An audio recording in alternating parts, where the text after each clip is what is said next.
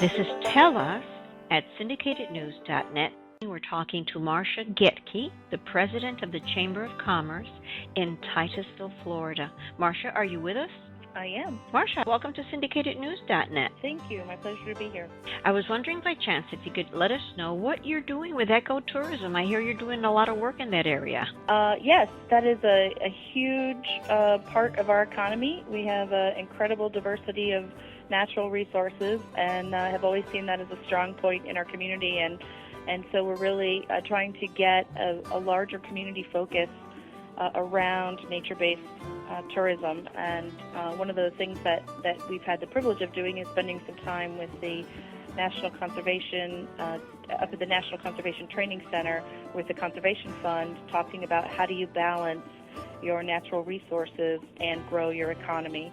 And so we are actually bringing that workshop here to Titusville in March in cooperation with our National Seashore, our Wildlife Refuge, and the City of Titusville, and some other folks to bring in some nationally recognized speakers and have a community discussion about growing our economy through sustainable nature-based tourism. And I was wondering, business development in Titusville, Florida, what's happening in that area? Well, we are not immune to the challenges of the national economy, so we are working diligently to keep our small businesses healthy here in Titusville. We have the added impact of the end of the space shuttle program and the resulting layoffs that has brought us locally. And while space is a national issue, it's very local here because, of course, it means jobs in our community. So we're in a bit in recovery mode in trying to place those people in employment areas that are that match up to their skills and keep them in the community. And of course, when they don't have jobs, that impacts every other business in the community because they're not spending dollars the way that they may have spent them when they were employed. So our goal is to get those folks back to work as quickly as we possibly can, so that we can help sustain and improve our economy here locally. Thank you, Marcia.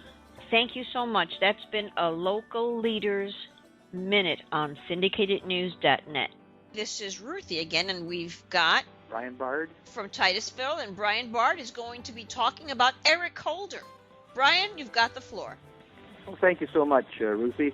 Yes, I've been following the hearings with respect to the Fast and Furious gun program that allowed guns to be sent into Mexico and supposedly be tracked to cartels and whatever back here into the United States. And our Attorney General Eric Holder is just making a farce of this whole situation. Doesn't admit to anything, and a number of senators and have requested his resignation, and I feel that he should resign. Absolutely. So that's an opinion I have with respect to the Attorney General. So this is Brian Bard on syndicatednews.net. Thank you so much. This is John McEuen of syndicatednews.net, just making a comment on one of the current news topics about Blagojevich. It seems like it's about time that some of the frivolous things that the person with arrogance and power got caught for, it's about time that they get dealt with. It's too bad that with so much argument between Republican, Democrat, whatever side of the political fence you may be on, that one side gets so much fuel from somebody abusing the system so openly, readily, and arrogantly, to the point where it almost appears like, who does he think he is? Well, we have found out, and now he's going to where he should go.